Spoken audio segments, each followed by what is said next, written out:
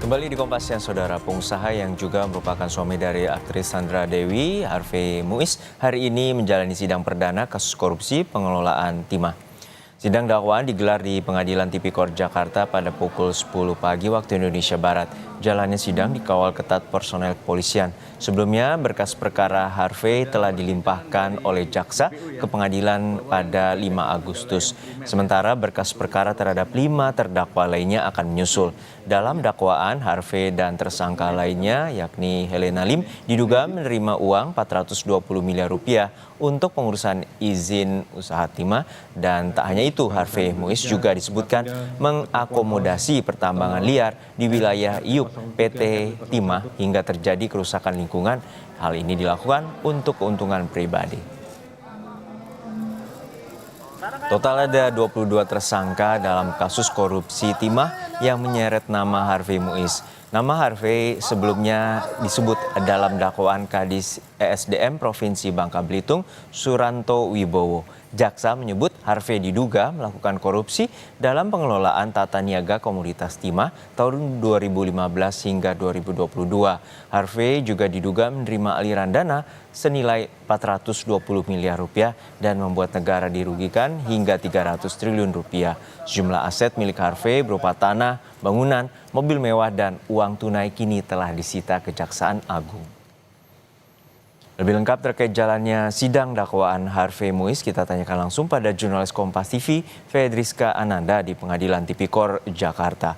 Fedriska, sidang dakwaan telah dibacakan atau tengah dibacakan, lalu seperti apa poin-poin dakwaan yang telah dibacakan oleh pihak jaksa penuntut umum?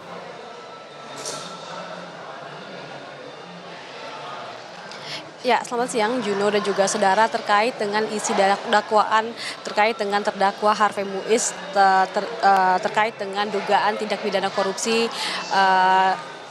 terkait dengan perizinan tambang begitu ya di Sumatera ini harus kita runut begitu terkait dengan ketika awal mula Kejaksaan Agung ini mengungkap 5 orang tersangka yang juga diungkap begitu terkait dengan dugaan tindak pidana tata kelola komoditas timah begitu ya, di mana kemudian dari kelima tersangka yang diungkapkan oleh Kejaksaan Agung ini kemudian muncullah nama Harvey Muiz yang diduga ini melakukan lobby-lobby begitu dengan salah seorang dari kelima tersangka dengan inisial R begitu, di mana kalau misalkan kita mengikuti bagaimana kemudian persidangan ini dan kemudian bagaimana kemudian Harvey Muiz ini melakukan pemeriksaan di Kejaksaan, di mana diketahui Harvey Muiz ini melakukan lobby-lobby terkait dengan perizinan tambang ilegal di dalam kawasan PT Timah yang berada di Sumatera, sehingga memang dalam kegiatan ini Harvey Muiz kemudian mendapatkan keuntungan pribadi begitu ya, yang kemudian saat ini juga harta ataupun aset dari Harvey Muiz ini sudah disita oleh Kejaksaan, di mana kalau misalnya kita juga mengikuti ketika pemeriksaan yang dilaksanakan oleh Kejaksaan ini,